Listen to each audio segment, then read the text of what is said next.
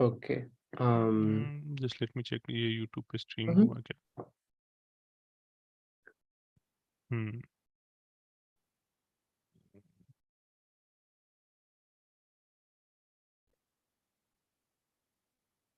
So, JBM everyone, my name is Rahul. So today we have our friend Suraj Sahu. So he has completed his masters from National Institute of Technology, Raulkela, Odisha, in physics, and currently he is doing his pursuing his PhD in physics from University of California, USA. So welcome, Suraj bhai. You you can start. Uh, अच्छा, okay. Let me know कि आपको slides दिख रहे हैं क्या? yes, yes, दिख रहा है. अच्छा, मुझे कोई बता सकता है, मतलब यहाँ पे सो आई मुझे चैट सेक्शन नहीं दिखेगा अगर किसी को क्वेश्चन पूछना है या फिर कुछ भी हाँ, वो हम प्रेजेंटेशन दिक्कत। के बाद में कोई क्वेश्चन लेंगे आपके. हाँ, अगर बीच में भी अगर पूछना है तो बेहिचक पूछ सकते हैं। I am totally fine if anyone interrupts me. मुझे बस जानना है कि कौन यहाँ पे साइंस के बैकग्राउंड से है या फिर कौन नहीं है, so that I will according structure my talk. But this is generally is applicable anyone who is pursuing PhD in sciences or natural sciences or even in sociology or political science। दो बहुत सारे चीजें थोड़ा different हो सकते हैं, mechanism थोड़ा अलग होता है। But in general, anyone who wants to pursue PhD in United States of America, for definitely them, it can be a little bit helpful। और मैं किस लैंग्वेज पे बात करूँ, Hindi, English English? will be Engliश will be fine. Okay okay, क्योंकि मेरी हिंदी बहुत कमजोर है अभी। Yes, yes, you can talk तो speak in English only. Okay, I will try my best. Okay. So hello, my name is Suraj. I am a PhD student in biophysics at University of California, Merced, and I also work at two other research centers which are located in University of Pennsylvania and one in California, Merced itself. And I am trained as a physicist, but I'm working in biology because I was excited about both of the subjects since a very long time. And so today I will be just be mentioning about certain things in academia and research, but mostly I'll be giving my perspective about how journey in science or in academia is not always linear. um, जिंदगी में मतलब you keep on facing failures or um, uh, ups and downs, and my life has been sort of uh, in that way. Let me see if I can listen for that. That's good. So I'll talk about a little bit of my origins, where I come from. So this is a map of India. I belong a very small state known as Odisha, and in that district, let me see. Yeah. So there is a small district called Odisha, the Koraput, where I belong to a small town. It's called Jaipur, and every time I mention myself that I'm from Jaipur, they think that I'm from Rajasthan. um, so yeah, but if I backtrack, I grew up in Jaipur for most of my life till I did my schooling there. But my origins or my family origins are from other part of Odisha, where my mom was from Barampur and my dad was from Bhanjnagar. Dono, if we go to back in the history, they originated from Aska, and they migrated to Koraput because my dad got a job in paper mill. There was a paper mill that was constructed by I forgot which one. It was the other one, not the JK copier. So my dad was working there as a electrician in 1990s, and my mom joined him there. And it's a very beautiful small town, surrounded by mountains, surrounded by a lot of green fields, and I grew up in those environments. So I have always been very close with nature. That was a very important aspect of my life, where it shaped me how I got interested in science as well. Um, so yeah, and it's a really beautiful town. You'll find a lot of green mountains, lot of amazing people from different backgrounds. I am lucky that I grew up in a very multicultural background. मेरे school में मारवाड़ी से लेके Telugu, Malayalam, Christian, Hindus, Muslims, तो बहुत सारे ऐसे ऐसे environment में मैं ग्रो अप हुआ था, तो मेरे को in a very early age I knew what diversity in terms of people's background is. So मेरे को जब मैं यूएस आया या फिर कहीं हायर स्टडीज के लिए बाहर गया, तो मेरे को शौक नहीं लगा कि मैं दूसरे लोगों से, दूसरे पर्सपेक्टिव के लोगों से मैं बात कर रहा हूँ, या फिर मेरा जो लिविंग एक्सपीरियंस है बाकी लोगों से दूसरा है, तो मेरे को शौक नहीं लगा। हाँ, ऑफ कोर्स मैं स्मॉल टाउन से था। जब कोई भी इंसान स्मॉल टाउन से बड़े टाउन में जाता है तो बहुत सारी कल्चरल काइंड ऑफ शॉक लगती है। जैसे लगता है तो अपने अपने अपने स्मॉल टाउन में तुम अपने आप को राजा समझते हो, लेकिन जब बड़े शहर में जाते हो तो then you realise the world is so big. And yeah, so I lived in this in a small town, and it was mostly, the place is mostly by inhabited by amazing group of people who originated, who came there since a very long time. जो culture है वहाँ पे उनको देसिया बोलते हैं। और I didn't appreciate the culture, or I didn't knew the significance of their histories and their culture and their lives only when I came to know about the issues of caste and the issues of Adivasi struggle in much later part of my life. मेरे को मैं जब 10th तक था तो मेरे को ये समझ में नहीं आता कि कास्ट क्या चीज होती है। मेरे को जो पता नहीं होता कि ये कोई चीज भी है। अगर I belong to OBC background, but मेरे घर में still they have Brahminical practices. Though my mom is very liberal, my dad is a little bit conservative. But I still never understood what the meaning of caste was. Though even people ask me which caste I am from, I used to say I'm from Gudia, but I didn't knew what does that mean. So for a very long time, it was still something that I was not aware of, or it didn't affect me. But that drastically changed after one event that I'm gonna speak later. But yeah, this is my small town. This is a town where my house was, and this is when I wake up in the morning, I always see this mountain just in front of me. So yeah, I was very connected to the mountains and the nature. So this connection to the nature was one of the reasons how I myself got connected to the lives of tribal people living there, because they are also connected to the nature.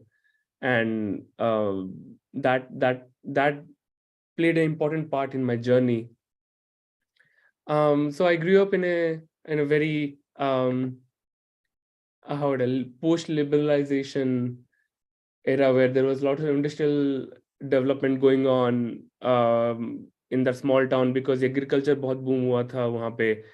People wanted to work, people wanted a lot of farm equipment. So my dad got into the business of farm equipments. So उन्होंने farm equipment जैसे tractor से जो trolley बनते हैं, या फिर ploughing machines बनते हैं, या फिर ग्राउंड नट चर्निंग के लिए जो मशीन्स बनते हैं, वो बनाना शुरू कर दिए. So I grew up in a very near a highway where there are small factories, garages and everything. So for me, I was always surrounded by sand and surrounded by coal, tar and tire. So I grew up playing with tires. I grew up playing with wood, iron tools and everything. So the engineering part of me that I had was basically because of that. Then my mom was very, my dad didn't wanted me to do good, do study in a English school. वहाँ पे बहुत ही हाल ही में एक English school बना था, convent school बना था, तो मम्मी ने लड़ झगड़ के मुझे इंग्लिश स्कूल में पढ़ाया, क्योंकि वो कभी हायर एजुकेशन के लिए जा नहीं पाई. She just dropped out of 10th to get married to my dad. So she insisted that I should study in English medium school because बेटा इंग्लिश पढ़ेगा, बड़ा काम करेगा. तो ऐसे उनके सपने थे बहुत. बट मेरे डैड कभी एजुकेशन में इंटरेस्टेड नहीं थे. उनको लगता कि आदमी अपने हिसाब से बनता है, एजुकेशन से कुछ फायदा नहीं होता. तो उन्होंने लड़ झगड़ के कॉन्वेंट स्कूल में पढ़ाया मुझे, जहाँ पे जैसे कि बता रहा था, बहुत सारे बैकग्राउंड से लोग आते थे. But because my family was going through a very tough financial situation, and my sister, she just came to this world, and my grandma and granddad were they getting sick. So for a very long time, till up to 7th or 8th, my mom couldn't pay attention to my studies.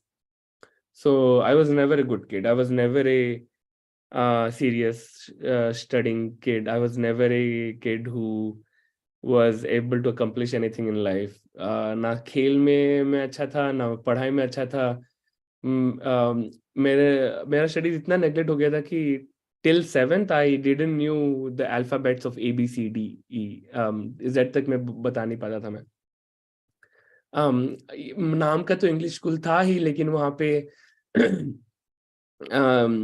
कभी English का जो training होता है, जो formal training English में बात करना, वो कभी हुआ नहीं था. तो मुझे जब मैं स्कूल से बाहर निकला, 11th 12th में गया, तब मैंने इंग्लिश पढ़ना शुरू किया, क्योंकि तब साइंस पढ़ने के लिए तो इंग्लिश चाहिए होता है.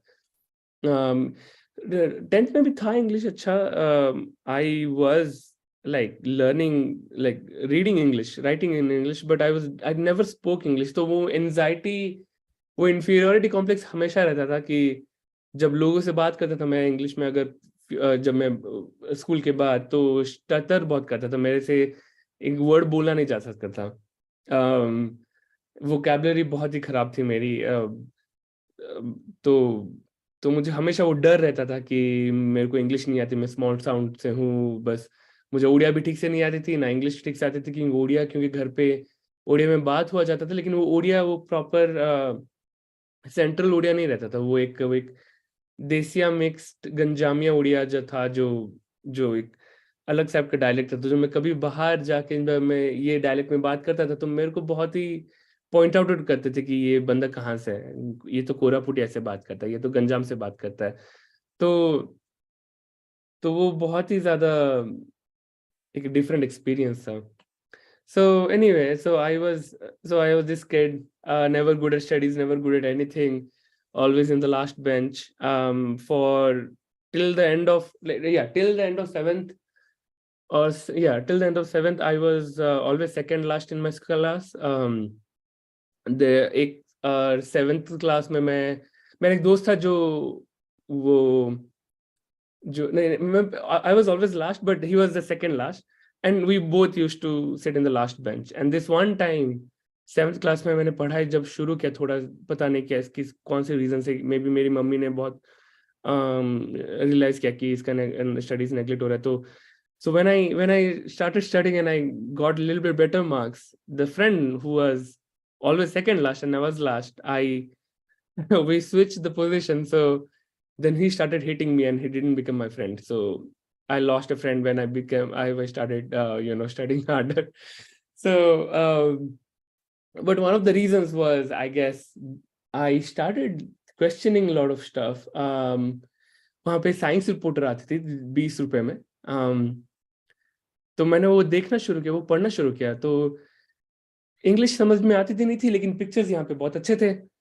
तो मैंने पढ़ना शुरू किया. I started reading those things and I suddenly something clicked inside me and I started asking a lot of questions. Why the rainbow color have 7 colors? Why something looks like that? What is life? Like, एक इंसान जिंदा है, उसको जिंदा क्यों बोलते हैं? ये फिजिक्स में इतने सारी चीजें हैं, ये सब क्यों हैं? और मतलब दुनिया कहाँ से आया? ये सब सारे क्वेश्चंस शुरू हो गए दिमाग में. तो अपने आप ही वो पढ़ने का जिल आ गया. वो अपने आप ही वो कुछ करना है लाइफ में या फिर एक साइंटिस्ट बनना है. तो मम्मी को हमेशा बोलते थे मुझे बड़ा साइंटिस्ट बनना है बड़े होने के बाद. लेकिन पता नहीं था वो क्या होता है, उसका नाम, उसका मतलब उसका रोल क्या होता है, वो क्या काम होता है. स्मॉल टाउन में तुम्हारे पास रिसोर्सेस नहीं होते, तुम्हारे पास कुछ जरिया नहीं होता कि तुमको जानने का कि ये है. इंटरनेट भी उस टाइम पे था नहीं इतना स्ट्रांगली. अगर वो था भी तो वो वो वो मीडियम नहीं था जहाँ पे तुम सीख सकते हो कुछ. तो I started getting very excited about universe. So that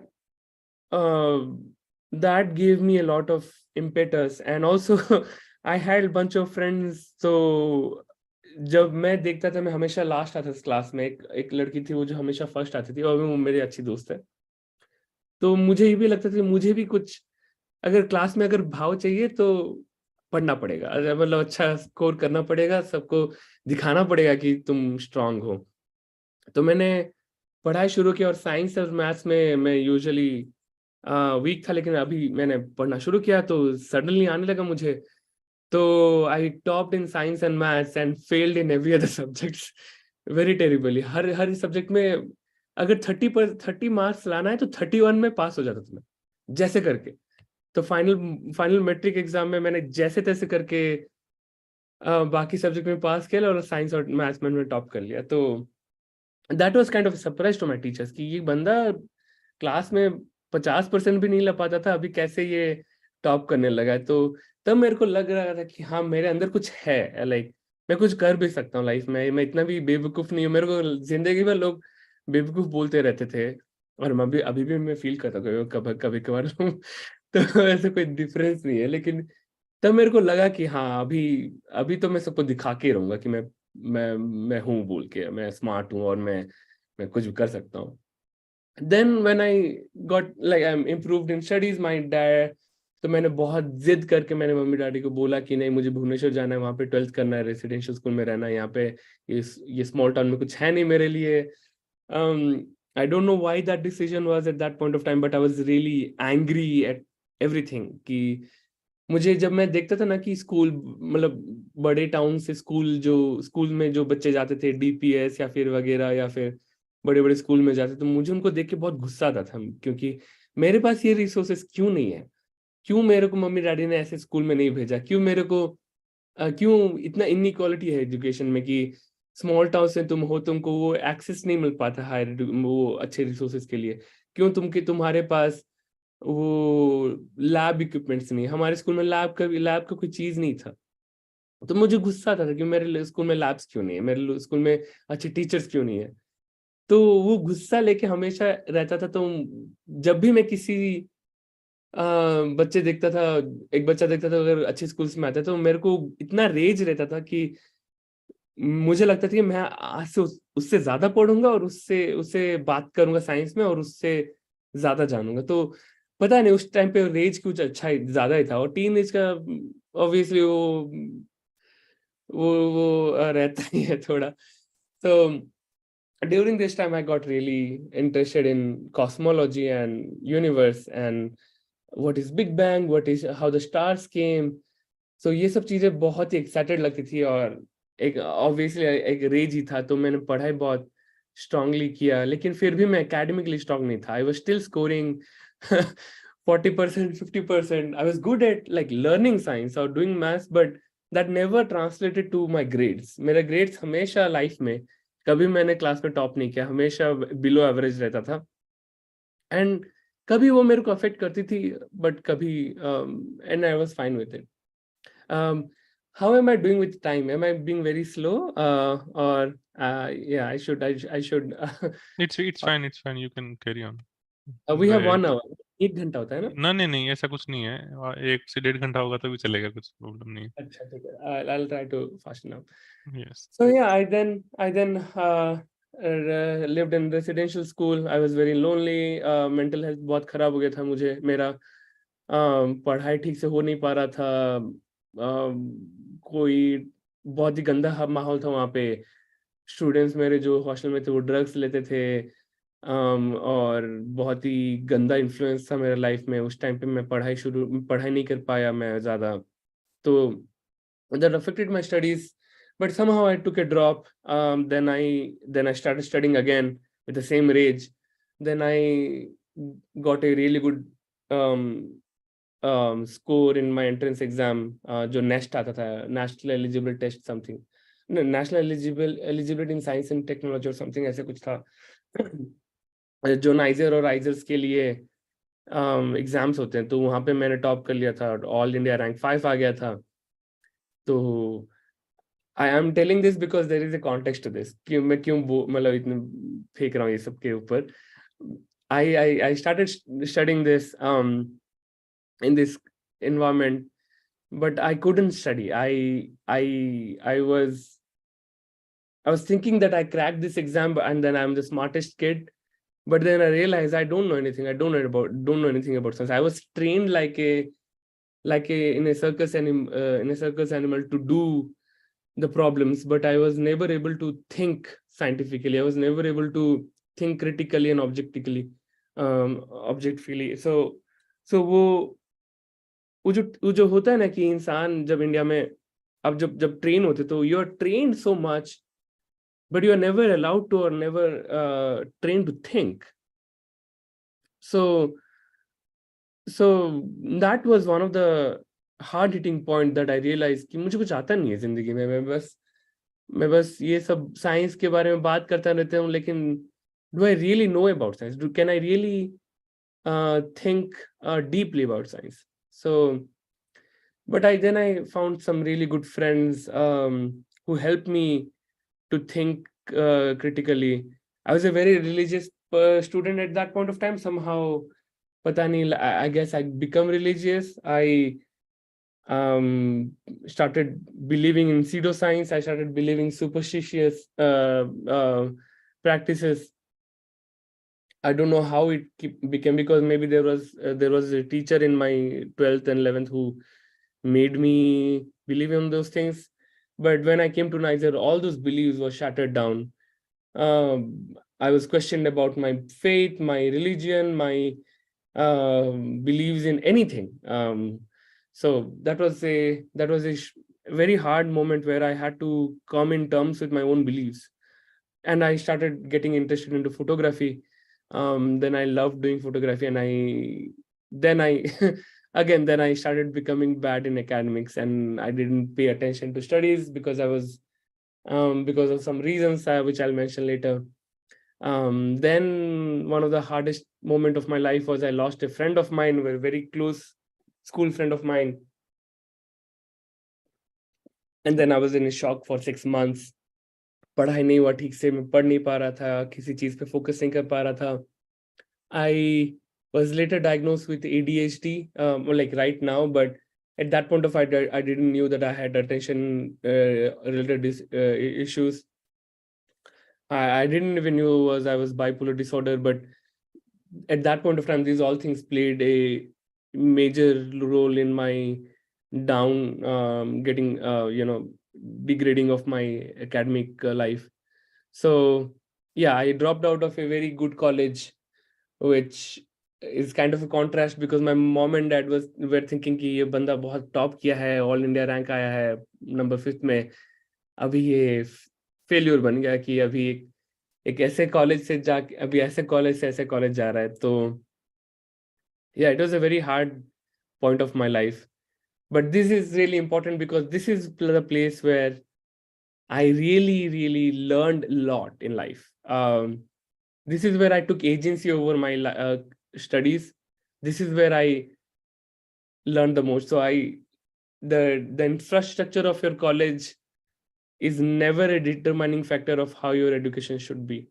You, at the end of the day, no matter if you are in MIT or in some worst college in the world, at the end of the day, it all depends on you, how you are studying. Obviously, resources different है यहाँ पे. Obviously, तुमको teachers नहीं मिलेंगे. Obviously, तुमको बहुत सारे, obviously there is a difference, but at the end of the day, you have to think about how are you taking your education, in what direction are you gonna go. So this is the time where I started really studying science, and I started doing science outreach. Then I really rediscovered my love for science. Then I realized it doesn't matter where I am, I'll study science, I'll still get the rage and study I'll study so hard that even if I meet anyone from MIT or Boston or Yale, I'll be able to question them and talk to them in science in a very confident manner. So I started studying very hard, and I think that was really important. I think that was a really good failure in my life, that I needed to learn hard lessons in life. That affected my mental health. I become very inferior. I had a lot of issues, mental health issues, anxiety, depression. I was on depression medication till my undergrad, during my bachelor's. But yeah, when you go through hard times of your life, that's where you learn the most. And I am not saying that everyone should go through hard phases in life, but one should not escape from it. They have to face it the way it has to be. So then I started studying, and I knew that मेरे college में कोई ऐसे कोई अच्छा teacher नहीं मिलेगा. Even niger या फिर आइजर में ऐसे लगता है ना लोगों की, हाँ नाइजर में बहुत अच्छे teachers होते हैं. हमेशा नहीं होता है. You will find worst teachers everywhere. You might find one or two best teachers, but in most of the places you'll find worst teachers, because हमको training नहीं मिलता है to be a good teacher. You never train to be a good teacher. You always train to do something depending on how the academic structure is, but you're never trained to be a good teacher. So that made me question why I cannot find good teachers. So I decided myself कि यहाँ से मैं teacher बनने लगूंगा. Like I'll try to be a good teacher, and I'll try to teach other students. So I started teaching kids from school. I also started teaching my own friends, because that's where I learned the most. You become a best student when you become a best teacher. So then I realized, okay, what is the best place? I don't have any resources. I don't have any means of teach of like good books or something. So I did this. I went to Google. I'll Google what is the best books in physics and who are the best teachers in physics. These people came up, and then I really started studying. I studied books, a lot of science books. I bought a lot of science books. Somehow I stole money from my dad and my mom. They gave me money for some other things, and I use that for buying books or camera or something. And I bought a lot of books. If you want to get excited about science, if you want to become like a kid and be curious, then these books are the best. If you study lectures in physics, three volumes, you don't need anything else in undergrad physics to study physics. These are the best books. So, and there are so many best, like amazing video lectures on internet. B. Balakrishnan, Yaynrat, Susskind, Richard Muller, and also I'll come to this later. But these three were my teachers that I watched their videos again and again and again to study science, to study physics. And when I came here, I realized that I was really good at physics because of these people. So my whole education was online. Right now, people who are in COVID, they think they have to do online. And online education, maybe obviously there are a lot of problems. It is not a solution, but still, then when situation is hard, you have to make the best out of that time. And then I was lucky that I came to know about these people through either Google or through friends who recommended me. And yeah, I was really happy about that. And again, my English was so bad. So मैंने undergrad में किया कि हर दिन मैं एक movie देखता था, English movie. हर दिन मैं शाम को घर पे जाता था, टॉरेंट से मूवी डाउनलोड करता था और एक मूवी देखता था इंग्लिश मूवी, क्योंकि मेरी इंग्लिश बहुत खराब थी. So I started loving movies and I became fluent in English slowly. So yeah, that's one advice. If you feel like your English is bad, start watching good movies or good series, and that will take care of everything. So now comes to the hard conversations. I didn't knew what caste was till when I came to know that Rohit left this world. I read his suicide letter, and that questioned everything in my life, from caste issues to social issues to political issues. मेरे जितने भी सारे political beliefs थे, सारे change हो गए. I couldn't focus on studies for three months because I was questioning everything. Ki there is a kid who is also excited about science. He loved Carl Sagan. He loved Carl Sagan books, and I did too. But why one student is able to live a privileged life and one is not? I was asked about my caste so many times, but it never affected me. But it affected me in the moment when I realized that there are so many students who, or people who I knew, but I never knew about their caste background. It didn't matter to me, but I realized that's not the case. It does matter. And that questioned everything in my life. His connection to Carl Sagan and my connection to Carl Sagan made Rohit Vemula as my friend, as my imaginary friend that I could talk to about science. And that's through him I came to know about Baba Saheb and Birsa Munda. And since then, they have been a constant companion in my brain, in my every time I feel when I'm not doing well in my life, or if I'm feeling that I'm being a failure, I imagine them. I imagine Baba Saheb as my source of inspiration now, or the people, the Adivasi people who are fighting against the corporations in Koraput district. There's so many things that needs to be done in this world, but I realize what I can do, what I can give back, and I was always I never, like, for me, my family was also very, my mom was very generous and very empathetic person, so I never, like, empathy or companion, those things were never, like, I didn't knew the difference. I didn't knew there was something new. We were always a kind people, but this is where I realized what it really means by giving back to society. Like, think about this. Even if Ambedkar was not a politician, like, people think him of a politician or whatever reasons, but or someone who was an activist, but if he was an academician by itself, he would definitely be a great scientist.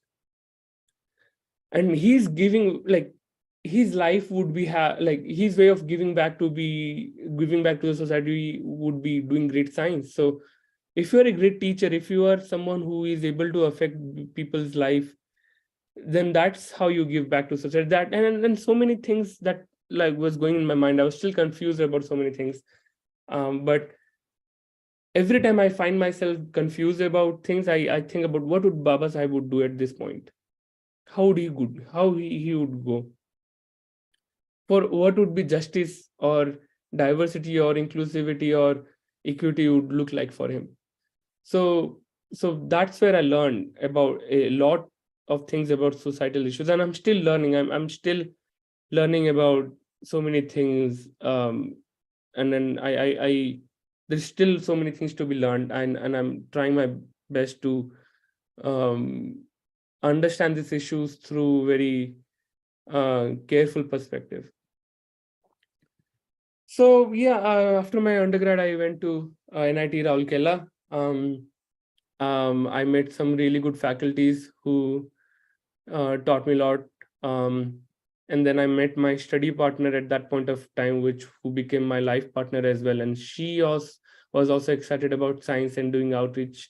And she worked in a village she comes from a very good school, like public school in Delhi, or not Delhi, in UP. But she had this change of life as well when she came about to know about Baba Saheb and Adivasi struggle. So she was like, ये जिंदगी में मैं इतने अच्छे school में पढ़ा हूँ, लेकिन ये सब मैं छोड़ रही हूँ और मैं I'll go to a poor village and I'll try to do something with my life. So we both sort of matched in that sort of thinking, and right now she's doing her PhD in UT Austin in science education. But she's going back soon. She will be going back to India again and to work in the education field. So yeah, so if I would summarize four things, then science always brings a child inside you. The moment you learn science, you become a kid again. Always be curious and never be afraid to ask dumb questions. If you don't ask a question, then you will always miss out so many things. And don't let anyone tell you that you are not smart or intelligent. Even if you think yourself you are not smart and intelligent, don't let any other person tell you that. Always take care of your mental health. Eat well, sleep well. Talk about your mental health to your mentors. Always make friends who are honest to you. Not always, तुमको अच्छा feel करने के लिए नहीं बोलेंगे, but they will tell the truth on your face and always uplift you and make you grow. And always explore new things, try new things. Don't be afraid of any new things. Try photography, try dancing, music, art. Try to learn different things. I was always considered to be myself as a science student, but I feel like science is now I feel like science is so boring. I get excited about political issues. I get excited about economics. I get excited about sociology. I get excited about so many things. So yeah, always try to explore new things. There is so much knowledge everywhere. So yeah, after this, I came to University of California. It was a huge change. I can talk about this later. But I met my PhD advisor, who is an amazing person. He was a second generation student who from belonging to a lower caste background.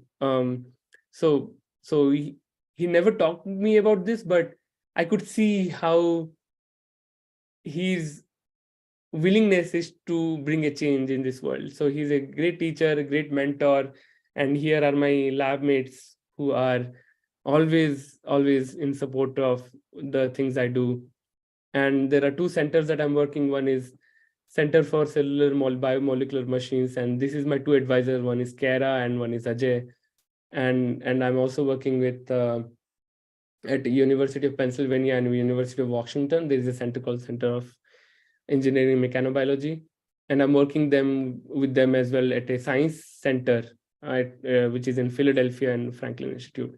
So yeah, it was a huge, for me, my parents never believed in me for a very long time after my failure. So this was the only moment where my parents are like now thinking, okay, I have done something in my life. So, but I still question everything in my life. Okay, did I do enough? Am I still being a failure? And I always struggle with that. So what is biophysics? So we study a lot of things, like anything you use in physics or engineering to understand biological phenomena is called biophysics. Let's say birds you have seen गांव में जो birds flock करते हैं ऐसे, they move in very amazing dynamics. The studying them is also biophysics. Studying how cells interact with each other. or how what is inside a cell, how the molecules and proteins they interact with each other, how they came to be, how they are made. This all is biophysics, and physics is a really great tool that help to understand. If you walk into any hospital, most of the discoveries, most of the achievement that has been done in medical science is because of biophysics. And there is a great amount of science in that. And if you look at it, you all are made of machines. At the end of the day, we all are made of machines, small tiny molecular machines, and these machines come together to become a super machine, and now you are actually a machine.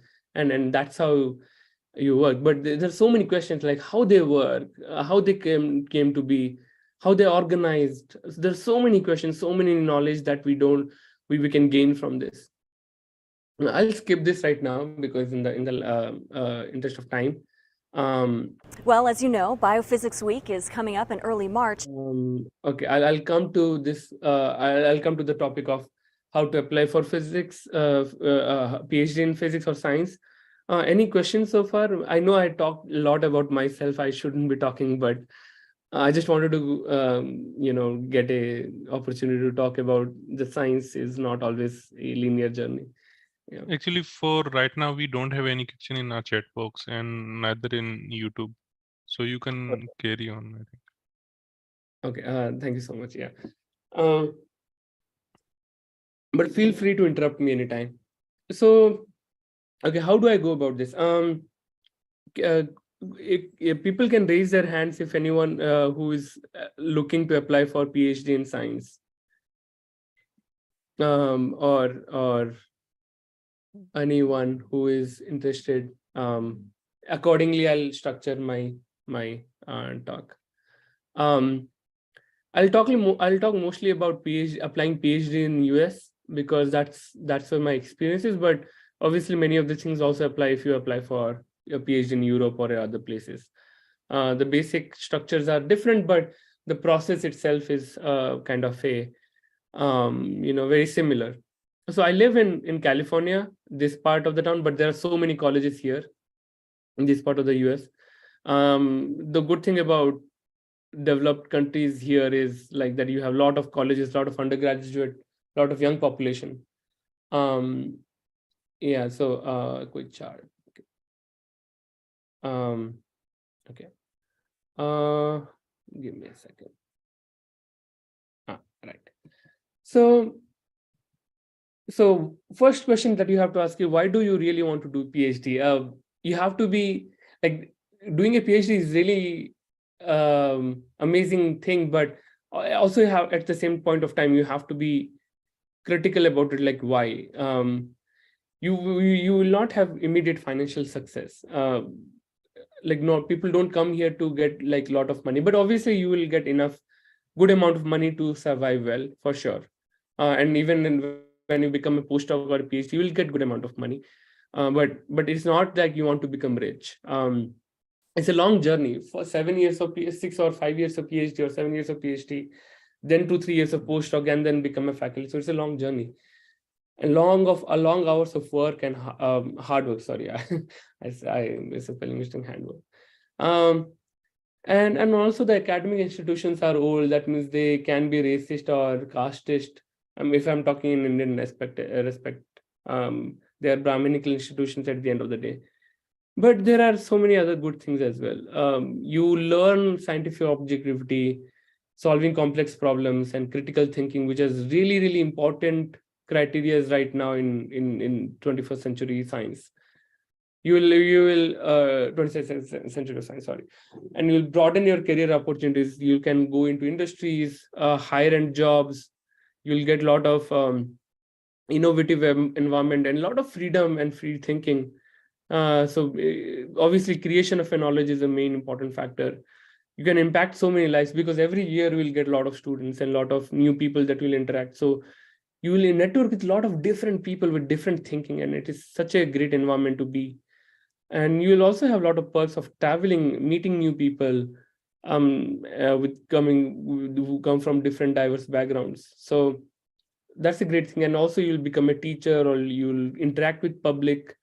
So yeah, I mean, there's so much great thing that a PhD can offer. Obviously it is hard, but there's always the journey is more important than the destinations. Yeah. So I'll talk about how to, I mean, applying for PhD is very hard process, but I'll try to easy the process.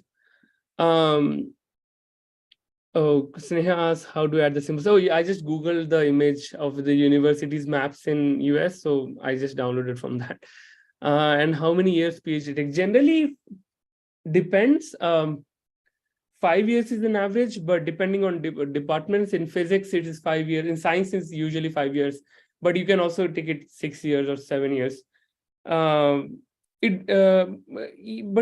assume that it's 5 years. Assume that it's kind of 5 years or around 6 years. Yeah. And also it depends on in US actually, but in Europe, it's usually 3 or less than 4 years. So in US, it is 5 years, yes, because you also have to do coursework. So if you decide that you want to do PhD, the best place to go is Grad School Shopper. It makes everything easy for you. If I wish I knew about this much earlier, but I started it this way as well.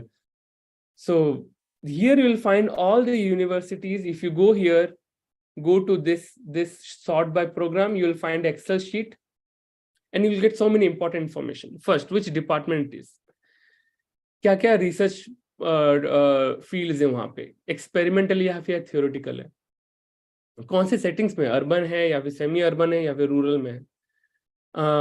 And this is really important. And I think many students make this mistake of applying to universities which have low acceptance rate. You know, if you apply 1,000 applications, then they only accept 10. Then your money is wasted because you're not getting, because there's tough competition. So why do you apply there?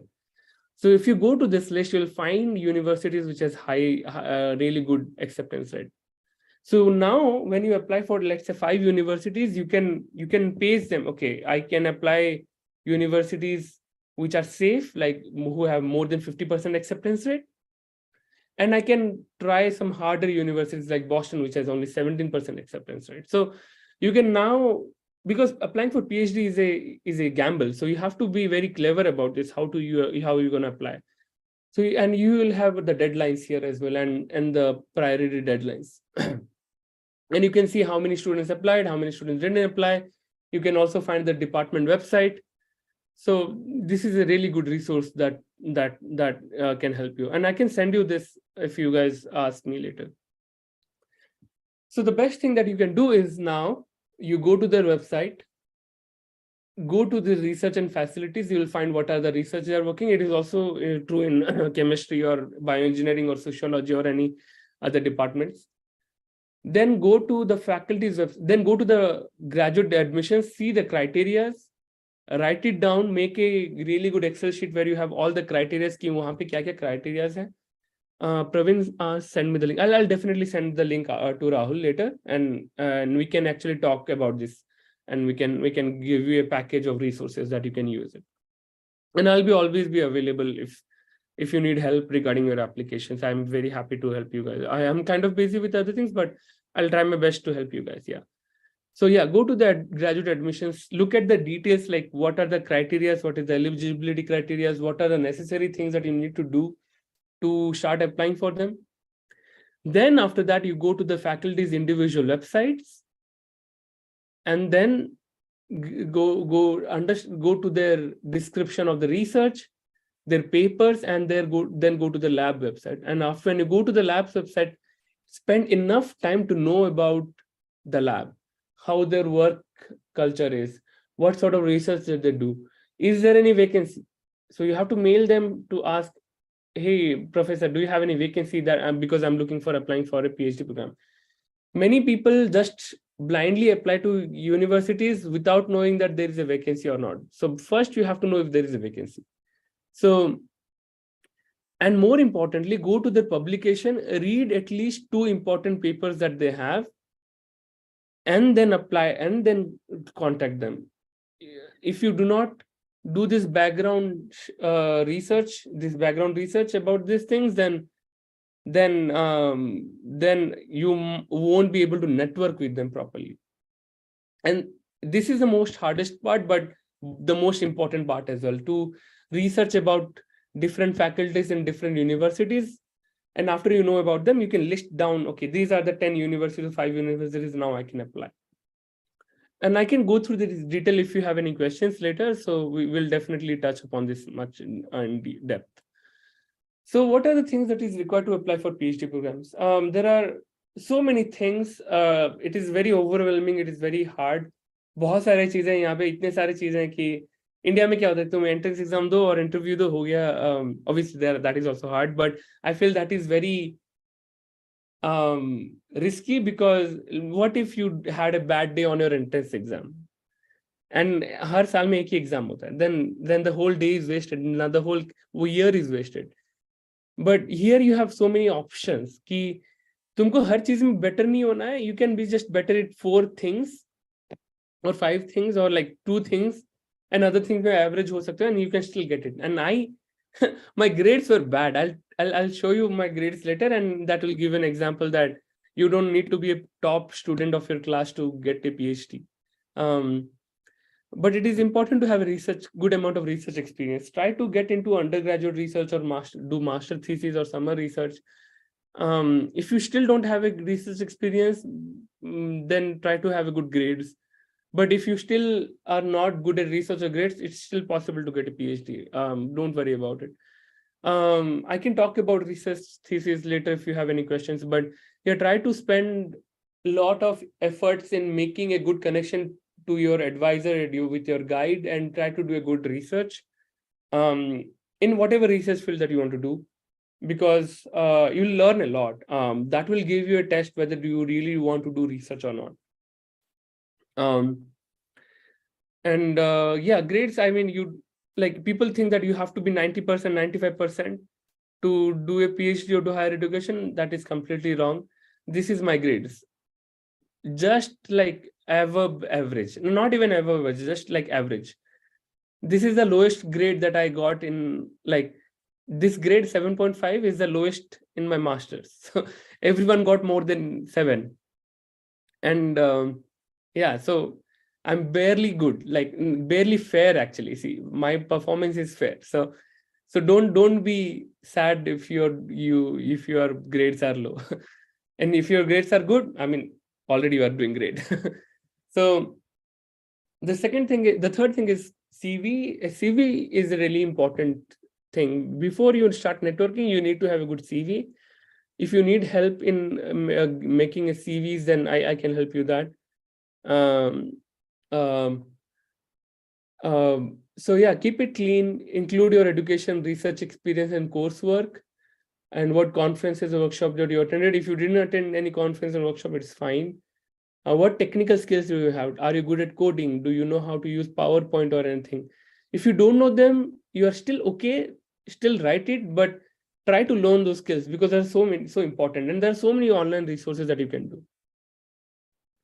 References, like letter of recommendation, you also need references, so include that as well. So I'm just giving 2 examples.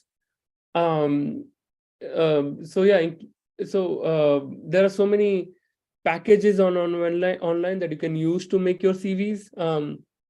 If you need help in CVs, we can have a workshop on that can also help you in making academic CVs. And the other thing is statement of purpose. This is really, really important. It is basically writing your story in 2 pages such that it is convincing the teachers or the faculty that, hey, you are a good student, you are working hard, and you are a better fit for the lab. Let me tell you how actually the PhD application works. ऐसा नहीं होता कि यहाँ पे कि you have like fixed amount of vacancies and you apply to that. No, it's like every year the department says I need this many. Every year the departments or the faculty says I need a student, or I have a vacancy. Then they send the letter to the graduate division.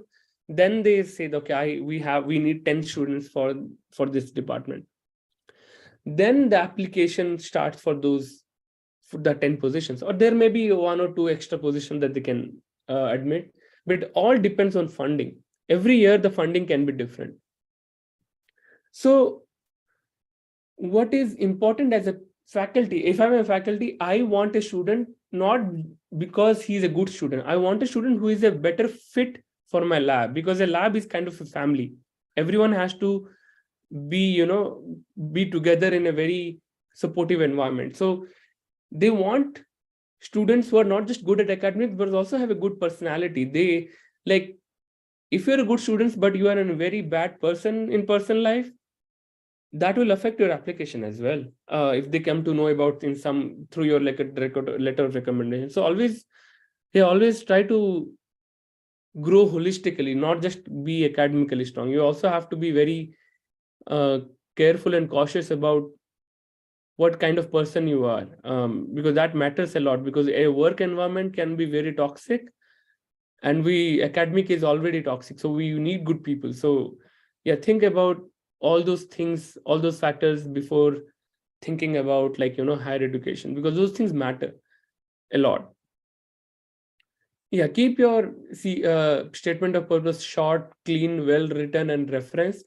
I'm giving one example, but this is a very long process. It takes a lot of time, and it requires a lot of feedbacks, a lot of drafts. But this is a good statement of purpose can break you or make you. So you have to spend a lot of time on statement of purpose. Yeah.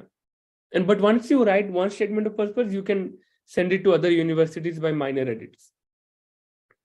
Letter of recommendations, you need 3 letters of recommendations. All 3 doesn't have to be great. At least have 1 faculty or 2 faculties who are good friends of you, or academically, supporting you. Send them your SOP, tell them what are your weak points in your application so that they can make other points strong. Be honest with them. 1 or 2 good recommendation or strong recommendation is good enough. You don't need 3 strong recommendations. You just need 1 or 2 good, very strong recommendations and 1 average recommendation letter. And before you, this is really important. So you ask them, you tell them, okay, what I'm trying to do. I'm trying to pursue graduate studies in this. I have attached my CV and SOP. My application deadline is this and this. I have my strong points are this, but my weak points are that I don't have good grades, or my subjects are not strong. So can you give me a strong recommendation? You can ask them, like, can you please write me a strong recommendation if you can, and then send them 2-3 months ahead, because faculties are really busy. So उनको बहुत time चाहिए होता है लिखने के लिए. You can ask to to lot of your academy, your teachers as well. This is also possible. But as I mentioned, networking is really important. Try to email the faculties that you are applying to join their lab. Email as many, email them 6 months before or 2-3 months before you apply for PhD programs, because there is no point of applying to a college where there is no vacancy or the faculty is not looking for any vacancy. It's a waste of money and waste of time. And read their papers. You can ask like this, write a very short email. I can also send you a template of this email, like, hey, my name is Suraj, my name is this, I am from this part of world. I find your research very interesting. Specifically this. Also, you can mention to their papers. Okay, these are the papers that I found interesting, and I'm trained as this, as a bio, whatever your training is, and I'm looking for PhD programs in that year. I have strong interest in these things, and I would like to know if you have any vacancies, and send them your updated resume. And then comes entrance examinations. Now these are optional. Right now, GRE is getting optional, which is a good thing. It's very expensive exam. Try to know way before which colleges are asking for which exams. TOEFL is, I think, important because it is for English vocabulary and it is one of the easy exams. Just watch movies every day prior to 1 month or 2 months before the TOEFL, and you'll be fine. Yeah, so yeah, try to you can see in the list, in the जो मैंने जो list भेजा था ना, वो जो दिखा रहा था gradschoolshopper.com में, वहाँ पे तुमको मिल जाएगा कि criteria क्या है हर एक universities के. So yeah, this is the list, like this is the sequence that you should go. First, make your CV, start networking, write a statement of purpose, then send a letter of request for a letter of recommendation, then parallelly prepare for entrance exams if you need to prepare for entrance exams. But these entrance exams are much easier than Indian entrance exams. I felt like if you have given any entrance exams in India, then you can definitely do these exams. Itna bhi mushkil nahi hota, and there are a lot of free resources online that you can follow. So yeah, I mean, I just want to mention about my university. Please apply to my universities. We accept a lot of international students. Our acceptance rate is very high. We have a very supportive environment, amazing teachers, amazing people who are doing great research. They all come from top universities, but are also at the same time very compassionate, very supportive.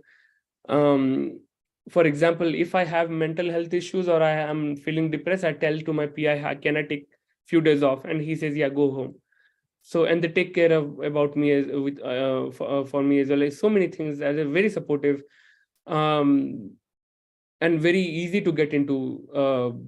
So definitely look at University of California, Merced. There are many departments here, good funding. Obviously, you know, PhD में इतना पैसा नहीं मिलता, लेकिन the cost of living is very low, so you can save a lot of money. And definitely look at this the departments that we have here and talk to these faculties. You can mail them. Before you mail them, let me know who are you mailing so that I can tell them beforehand that a friend, like, you know, someone from India is, you know, sending them email so they can reply back, because faculties are usually big, and we do a lot of fun events as well, and we are very friendly. Yeah, yeah, I'm definitely encouraging you to apply any departments that you want to apply here. And we also don't ask for subject GRE, which is a great thing. We also don't ask for general GRE. Maybe we ask for TOEFL. I'm not sure. But yeah, definitely apply there, and I can help you with the application process as well if you want. And yeah, thank you so much for listening. I bragged a lot about myself, but sorry about that. But yeah, if you have any questions, anything, do let me know. Thank you, Suraj. Thank you, Suraj. It was very nice presentation and you covered many things. So we have few questions from YouTube. So what is the basic difference between doing PhD from ICER in physics in India and doing PhD from US? That's a great question. How do I answer this? Both have their advantages and disadvantages. I would not necessarily one is better than the other, but I personally feel doing PhD in US is much better because, first of all, I have we have more, and I might be wrong as well.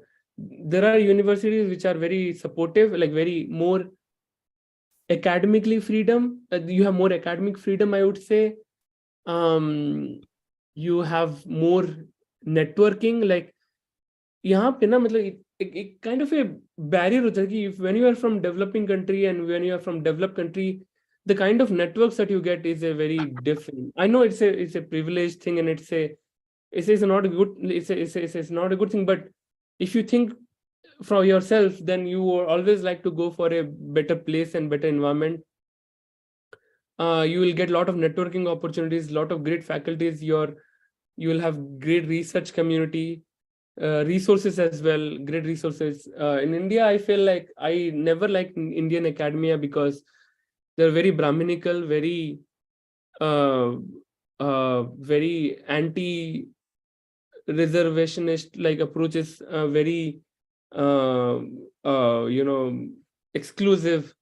But here, I mean, here are also, there are a lot of problems. I shouldn't say that everything is good here. There are so many problems, but at least in my experience, I found a lot of people who are right now, because of the Black Lives Matter movement, people have become more inclusive, more hiring more diverse people, more, people who are coming from different backgrounds.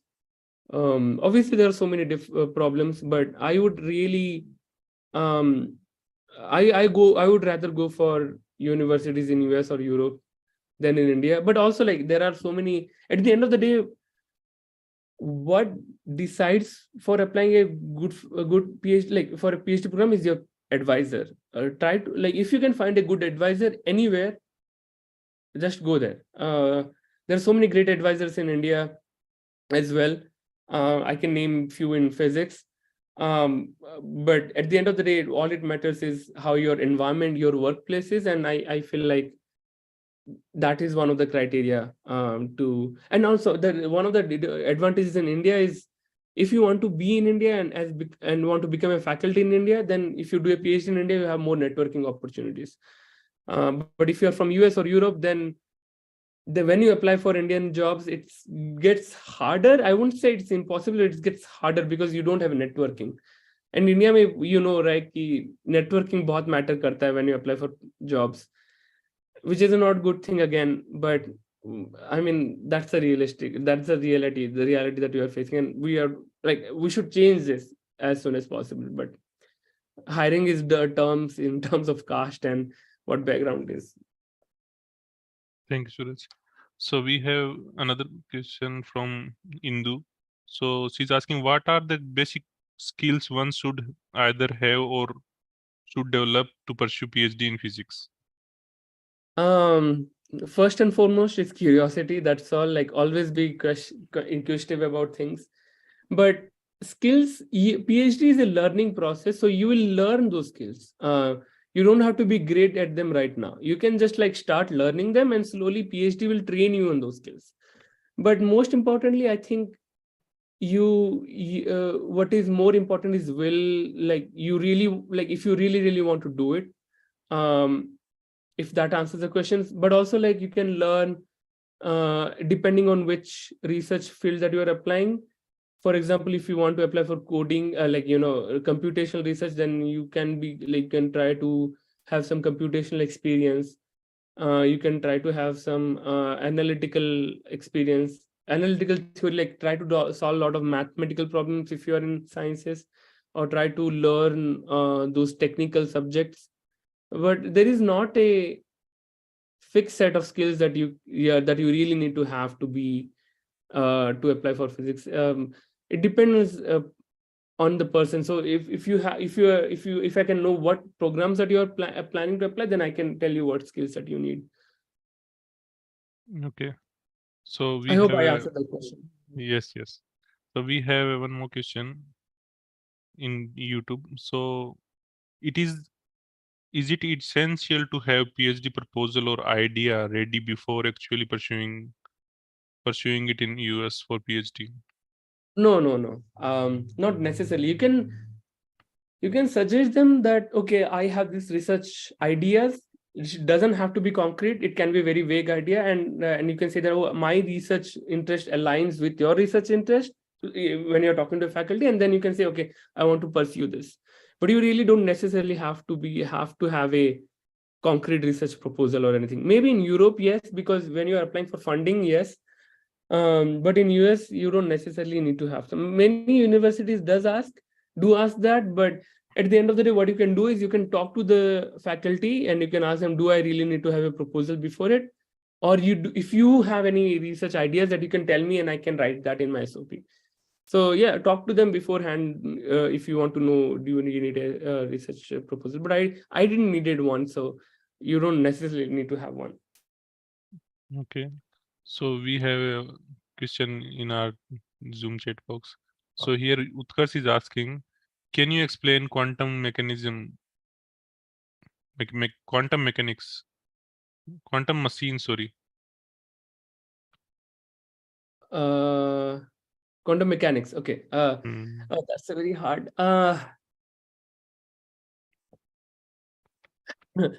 It's a very hard question. Okay, I'll send you a link about a short lecture by B. Balakrishnan about what quantum mechanics is, but I can answer this in a very short way in that when हम लोगों ने जब दुनिया को समझना शुरू किया, we studied what is everything is made up of, like this glass or this cup. In order to understand that, we started like किसी चीज को समझने के लिए क्या चाहिए होता है, तुमको तोड़ना होता है. जैसे अगर तुम बचपन में खिलौना देखते हो, उसको why do you break it? Because you wanted to know what it is made up of, right?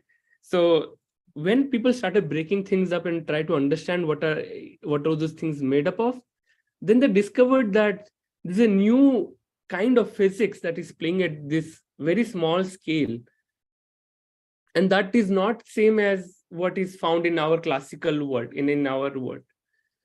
So in order to understand that, they came up with amazing theories to explain those things. For example, how does an atom is what is the physics of an atom is? What are electrons and what are protons, what are neutrons? In order to understand those, you came up with a very rigorous mathematical analytical theory and experimental techniques to understand those questions.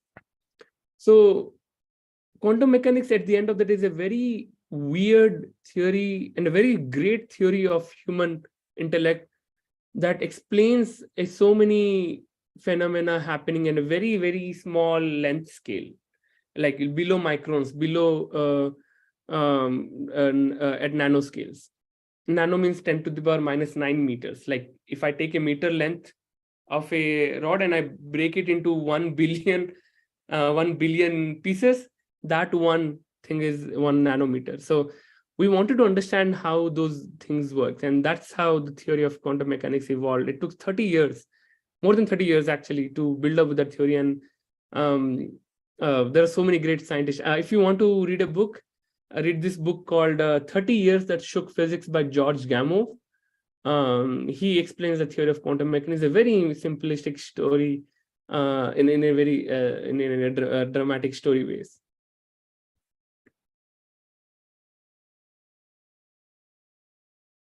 अगर आप हिंदी, अगर English समझ में नहीं, अगर कोई दिक्कत हो रही है तो I can explain the same thing in Hindi as well.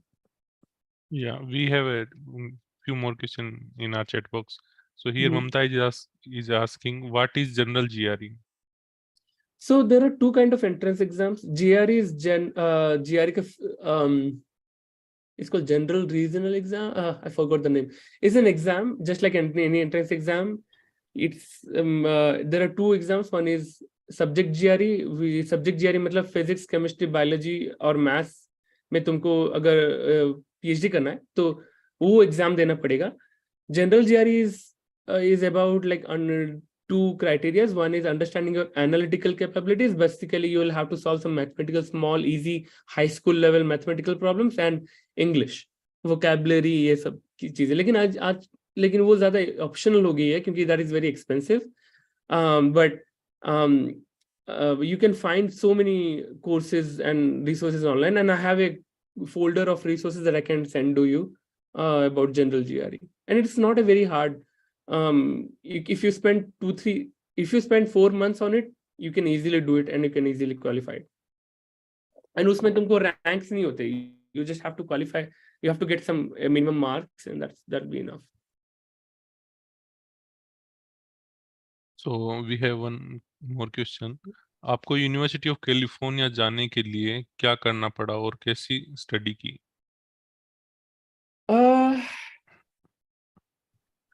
I mean, पहले से मुझे बहुत बचपन से PhD करने का बहुत मन था. मुझे पता था कि मेरा ग्रेड्स खराब है तो मैं क्या कर सकता हूँ, तो मैंने बाकी सब चीज़ों में फोकस करना शुरू किया. जैसे मैंने I try to work in my research. I try to study a lot of physics books. I try to I mean, I don't know what kind what sort of studies that I did, but ऐसे कि it's a long process. So I fixed my goal कि I want to do a PhD in physics in US. because I don't know why I always wanted to go into US after watching a lot of US movies. So then I trained myself and studied accordingly. जो चीज जरूरत पड़ी वो सब चीजें मैंने पढ़ना शुरू किया. So yeah, so depends on how what आपको क्या जो चाहिए होता है, कौन सी एरिया में आपको PhD करना है, उसके हिसाब से आपको उस तरफ ट्रेन करना पड़ेगा. अगर आपको क्वेश्चन है पर्टिकुलरली, आपको कोई इंटरेस्ट है, तो यू कैन आस्क मी. अब मैं आपको बता सकता हूँ क्या ट्रेनिंग चाहिए और क्या स्टडीज चाहिए आपके लिए. But try to make sure कि बेसिक्स क्लियर होना चाहिए. हमेशा always always always focus on your basics. जैसे क्वांटम मैकेनिक्स, क्लासिकल मैकेनिक्स, या फिर कोई भी तुम्हारे फील्ड में अगर कोई बेसिक सब्जेक्ट्स, कोर सब्जेक्ट्स हैं जो अंडरग्रेजुएट लेवल पे है, please spend enough time and आप उसमें spend some time on that and try to master on, and it is possible. You have a lot of, आपके पास बहुत सारे resources हैं ऑनलाइन में, आप कर सकते हैं. Okay, so we have a question on YouTube. What are the actual general contents in SOP? So in SOP is a very it's a kind of a personal story. So first you have to write कि आपका intention क्या है, आप क्या करना चाहते हैं, PhD करना चाहते हैं किस फील्ड में, okay? आप क्यों इसमें इंटरेस्टेड हुए हैं, आपका बैकग्राउंड क्या है, कि आपने क्या क्या स्टडीज की हैं, क्या क्या सब्जेक्ट्स आपने पढ़ाई की है, आपका रिसर्च एक्सपीरियंस कैसा है, आपके स्ट्रगल्स कैसे हैं लाइफ में, आपने क्या क्या चीजें अकम्प्लिश की हैं, क्या क्या चीजों में आप फेल हुए हैं, आपको आगे क्या करना है. और ये सब यही चीजें 4-5 चीजें जो चाहिए होता है. एंड यू कैन आप 2 पेज लिख सकते हैं इसके बारे में. And there are lot of resources online as well, and those are the main things that any faculty look for in an SOP.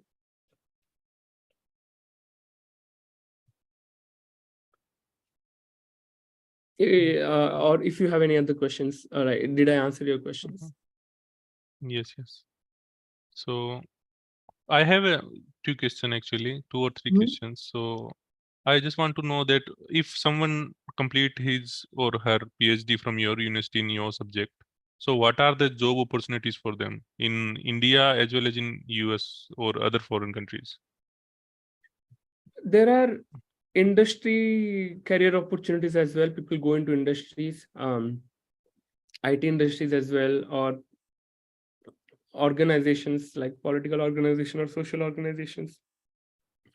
Many people also apply for faculty positions, teaching positions. People also apply for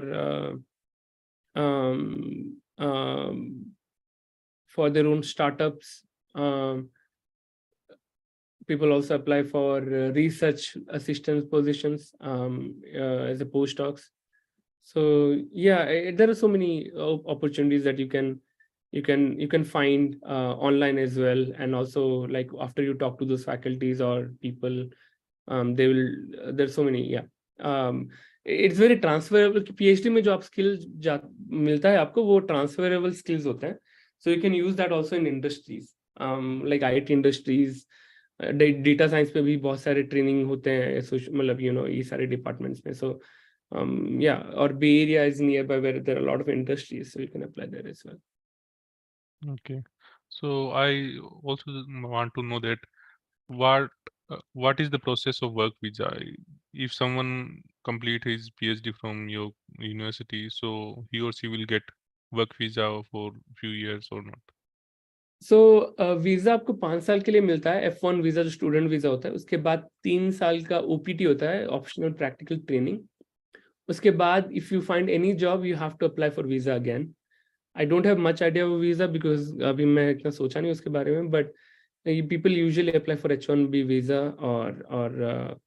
or visas that the company will apply for you when you get hired through them. Or there is also J1 visa for postdocs. After your PhD, you can apply for that as well. Okay, so we have 2 or 3 questions on YouTube. So one is teaching assistant work for PhD scholar essential in US? Yes, teaching experience, मतलब you have to be a teaching assistant and it's really fun. You'll learn a lot, you'll teach a lot, and you'll learn a lot. It's you have to do teaching assistant. And if you are into teaching, then yes. I think Sneha raised her question. Raised her hand. Yes, Sneha, go ahead. Please ask the question. Okay. Yes, Neha, you can unmute and ask.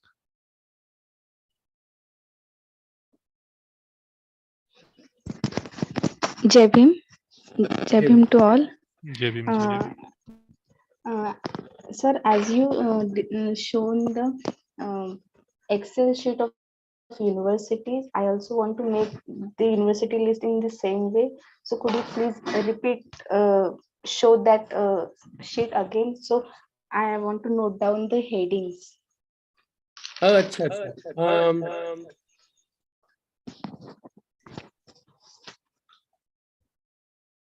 It's called gradschoolshopper.com. Okay. But if you Google, give me a list of universities in physics, then you'll find as well. Or you can type as it's called gradschoolshopper.com. GRAD schoolshopper.com. Thank you, sir. Thank you. I'll send this links to you day or tomorrow to Rahul, and he can send it to everyone. Yes, sir. Thank you.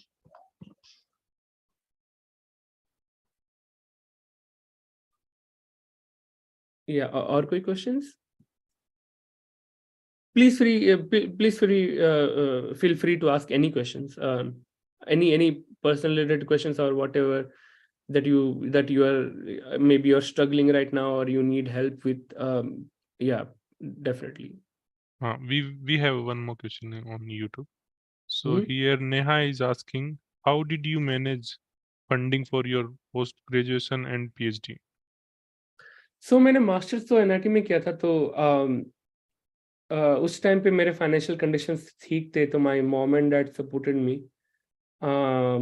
जब यहाँ आया तो when you apply for a PhD programme, the university will fund you, they will give you money either through two ways. Either if you आप अगर research कर रहे हो तो रिसर्च के थ्रू पैसा आ सकता है, जो फंडिंग ग्रांट्स होते हैं जो फैकल्टी देता है, या फिर यूनिवर्सिटी डिपार्टमेंट के पास कुछ पैसे होते हैं, या फिर जो कॉलेज के पास कॉलेजेस को टीचर्स चाहिए होता है, टीचिंग असिस्टेंट चाहिए होता है, तो when you TA for them वो आपको उस तरह से पैसे देते हैं. या फिर you can also apply for fellowships. So there are 3 different mechanisms where you can get funding, and you don't have to worry about funding a lot, because if they accept you, they will give you funding. They will guarantee you, like they will give you guaranteed 5 years funding. Unlike Europe, where you also have to apply for funding, or the PI or the faculty might have funding as well. Yeah. Okay. Parveen is asking, what are the options available in front of us when scholarship is not granted? ऐसा होता है कि US में अगर तुमको scholarship नहीं मिल रहा है तो वो तुमको एक्सेप्ट नहीं करेंगे, क्योंकि the main reason why they reject people और एक्सेप्ट पीपल, कि वो इसीलिए एक्सेप्ट और रिजेक्ट करते हैं क्योंकि उनके पास फंडिंग नहीं होता है या फिर होता है, तो उसके हिसाब से एक्सेप्टेंस डिसाइड होता है mostly.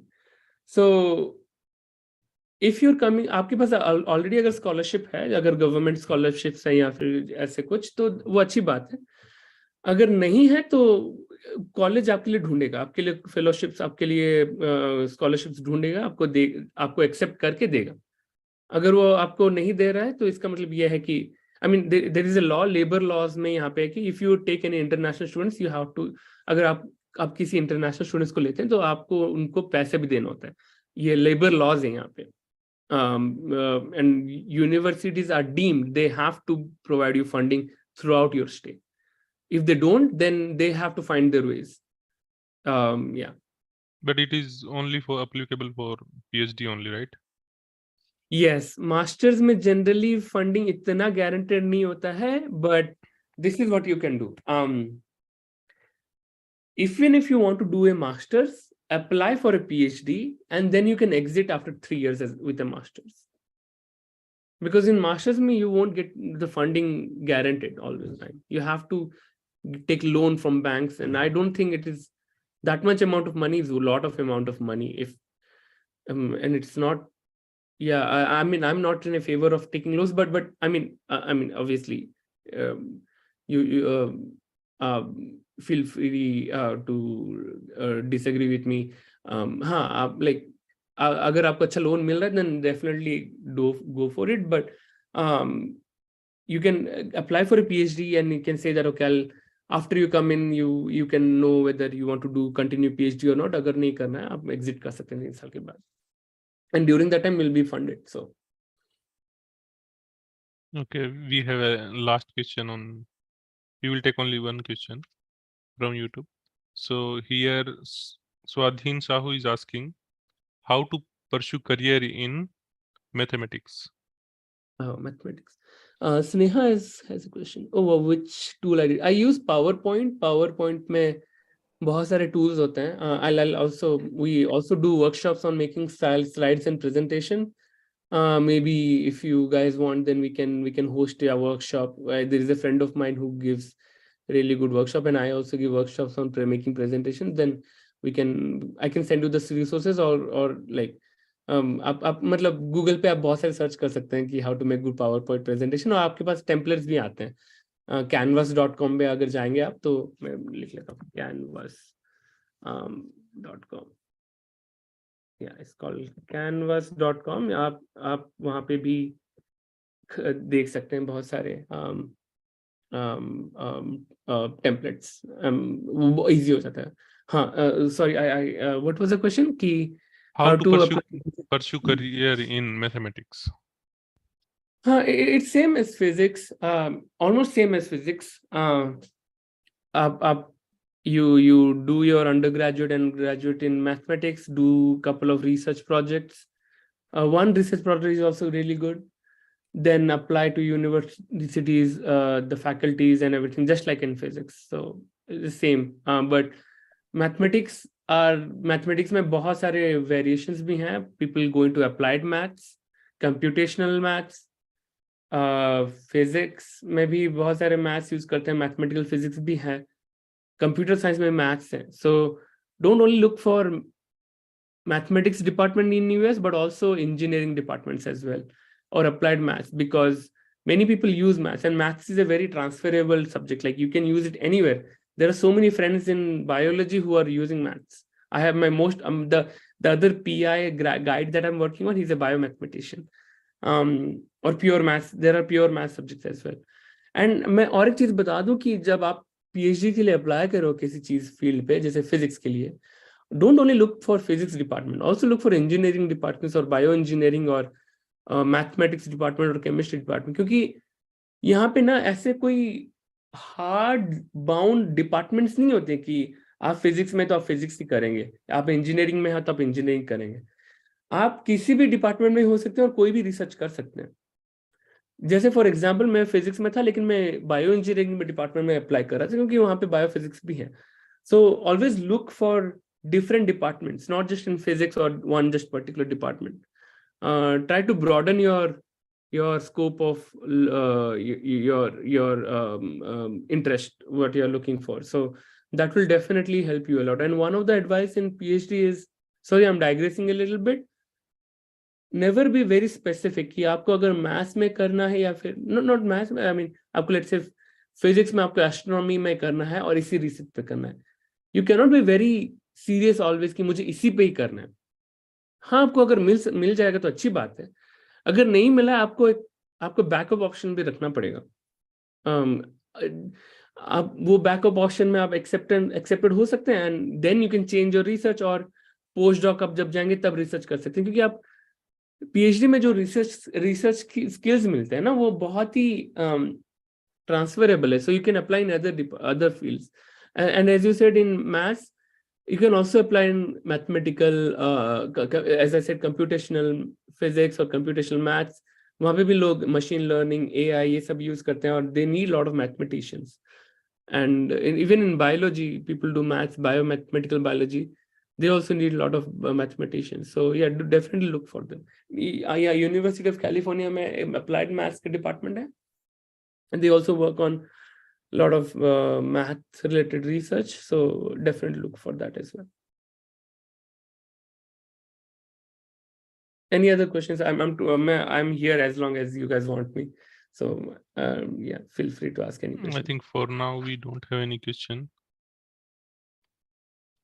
Okay, so we have one last question. So here Indu is asking, how do you manage accommodation, food, etc? Is there a mess or hostel the way it is in India, or you have arranged those from your own side? यहाँ पे है mess है college में. I mean you can also live in the dorms. उनको dorms बोलते हैं, hostel नहीं बोलते, उनको डॉर्म्स बोलते हैं. हाँ, I mean once you get accepted you can also go there, but dorms में रहना बहुत expensive है, and you can live independently, and I like to live independently because I can have my own kitchen, or I can cook whatever I want. I also have friends who come and stay with me. So I also lived independently since a very long time during my undergrad as well. So I love living independently, and I like to take care of myself in that way. But yeah, you can find options here, and food and lodging accommodation. Once you get accepted, आप यहाँ पे दोस्त बना सकते हैं Facebook के through, and you can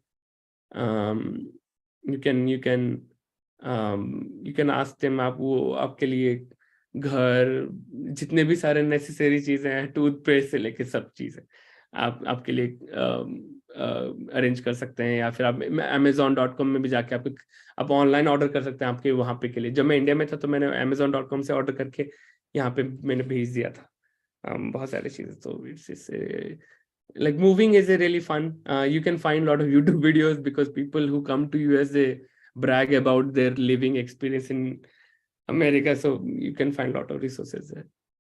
Bhavani has a question. I think he raised his hand. Okay, Bhani, I'm unmuting you. You can ask your question.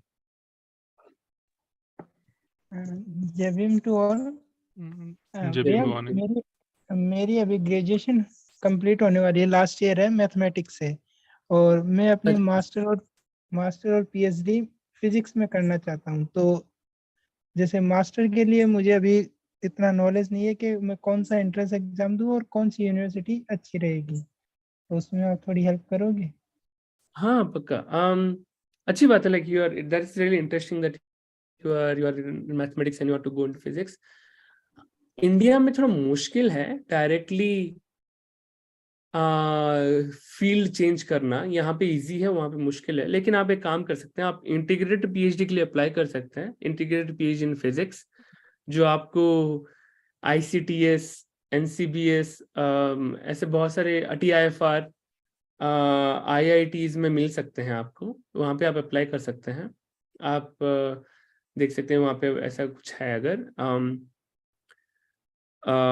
Integrated PhD in physics, अगर आपको इंटीग्रेट और अगर आपको मास्टर इन फिजिक्स करना है, आपको you have to give an entrance exam in physics. And अगर आपका फिजिक्स बैकग्राउंड नहीं है तो मुश्किल हो सकता है. तो आप क्या कर सकते हैं, आप keep continuing your masters in mathematics. When you apply for physics here, you can apply for physics in PhD. आप बता सकते हैं कि मेरे पास मास्टर्स इन मैथ्स है लेकिन I want to do PhD in physics, and you can here it won't be a problem. आप जब यहाँ पे आएंगे आपको ट्रेन किया जाएगा फिजिक्स में. और आप जब मास्टर्स में होंगे, you can take electives from other departments and you can take elective from physics. In India I'm talking about. But now when you are applying for masters, when you are applying for PhD in physics, that will be a better opportunity for you, because now you can say that I have a master in mathematics, I want to do it in physics. Then you'll come here and then you can get trained in physics. So it's that will be a good opportunity for you. क्योंकि India में थोड़ा मुश्किल है directly switch करना departments, but यहाँ पे easy है बहुत. Did I answer your question, or if you have any other question you can ask me? Okay. So if anything you want to share that can help our students to pursue PhD from US? Yeah, I mean, it's a great life. It's a great life, and like a life of science is always a rewarding experience. Obviously, there are so many struggles and there are so many hard things, mental health is really important. Yeah, but yeah, it's a rewarding experience. It teaches you a lot. It makes you humble. It makes you very humble. It makes you very people call themselves intellectual, but I don't like to call myself that. I am anti-intellectual. But it's a very rewarding experience. And also, like, if you, I know it's a very hard process. Applying for PhD is a very hard process. It's very overwhelming, very struggling. बहुत मुश्किल होता है चीजें. Patience बहुत जरूरत है उसके लिए. बहुत, मैं जब पहली बार रियलाइज किया कि मुझे ये सब के लिए अप्लाई करना है, बहुत ओवरवेलमिंग था मेरे लिए. मुझे शुरू करना बहुत मुश्किल लगता था. ऐसे यार इतना सारा चीज है, 5-6 चीज करना है एक के साथ एक, ये सब. लेकिन अगर आप प्लान करेंगे ना धीरे धीरे, कि आप एडवाइजेस लेंगे दूसरों से, आप धीरे धीरे प्लान करेंगे, धीरे धीरे आती जाएंगे वो. और अगर आप एक बार अप्लाई कर दिए एक यूनिवर्सिटी में, तो बाकी सारे जो यूनिवर्सिटी बहुत ईजी हो जाएगा. But try to take help from people. Try to take help from mentors. Google, आप जाके गूगल पे स्टैक एक्सचेंज या फिर रेडिट या फिर कोरा पे आप क्वेश्चन भी पूछ सकते हैं. You can also email me or text me over phone, and we can talk about if you have any particular questions about how you want to apply for PhD, क्योंकि case by cases different होता है. Yeah, never feel, yeah, if you never had good academic grades, don't feel shy, don't feel disheartened. Still keep on learning. Yeah, always keep on learning as much as you can. Yeah. Thank you, Suraj bhai. So anyone, those who have question in future or want to know about physics or doing PhD in US, so I have shared my email ID in chat box, so you can mail me, or you, those who are watching us on YouTube, so you guys can mail on our Nalanda Academy email ID, so we can answer you. We would be happy to answer you. Yeah, I just gave my email ID, and also I will give my phone number. I'll text the phone number to Rahul, and he can send it to you if you need it. Yes. But feel free to ask me on email, or yeah, I'll be able to. I'll try to answer them. So thank you, Suraj bhai, for giving us your valuable time.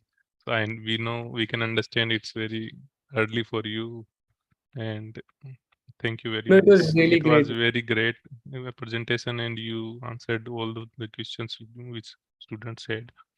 Thank you, Suraj bhai. Oh no, it was really great for me as well. Like, ऐसा opportunity बहुत कम ही मिलता है. And Anup ji, like, I want to thank Anup ji as well. This wouldn't have been possible without him. Yeah, thanks for giving me the opportunity. I wish I was any bit of help. If I'm like I'm getting a little bit free now in my academic life, so I can invest some more time in Nalanda, and I can try to help other people also. I can send you some books, and I have some books in India that I haven't taken here, so I have a lot of science books. If you guys want, I can give you some science books. I'll ask my sister to send you those science books. Yeah, if you need any kind of questions or any kind of help, definitely ask me. If you want to do science outreach or public communications or anything, I love those. And also, if you want to teach, definitely get in touch with me. I can give you some resources that can be helpful. I love teaching, so I try to make a community, and like learn from other people. And I would like to know if I can meet some of you in person in future. That'll be so great. But we should meet sometime, and I would like to know each one of all of your students. And there's so many things I need to learn. Yes, Suraj bhai, you are always welcome. You can visit us here in Nalanda Academy or meet our students and inspire our students to do PhD in physics and in US also. So thank you guys for joining us, and we hope this session was helpful for you and you learn a lot about how to do PhD in physics in US. Thank you, Jai Bhim. Good night. Have a good night. Bye.